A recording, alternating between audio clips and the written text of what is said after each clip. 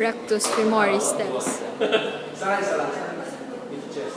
Now, observe nila yun ang patient, iyang knee. Kung mga morning knee niya, kung mag-extend ang knee niya naman, may tightness. Sa gano'n, with chest. Pali sir, Hindi lang ko rin. talo nila yung talo. Sige, kailangan nila, increase yan, bigyan ng time. Bigyan both legs. Both legs in time. Okay, sige. Observe performing the chest. Kaping mas nasa chest. Ano dapat? Observe mo na yun. Kung mga mali siya, mag-extend, yung time. Rectus femoris. Aling time pa sa niya. Opposite ha, opposite. Wala ko dito nito chest. Ha? Next.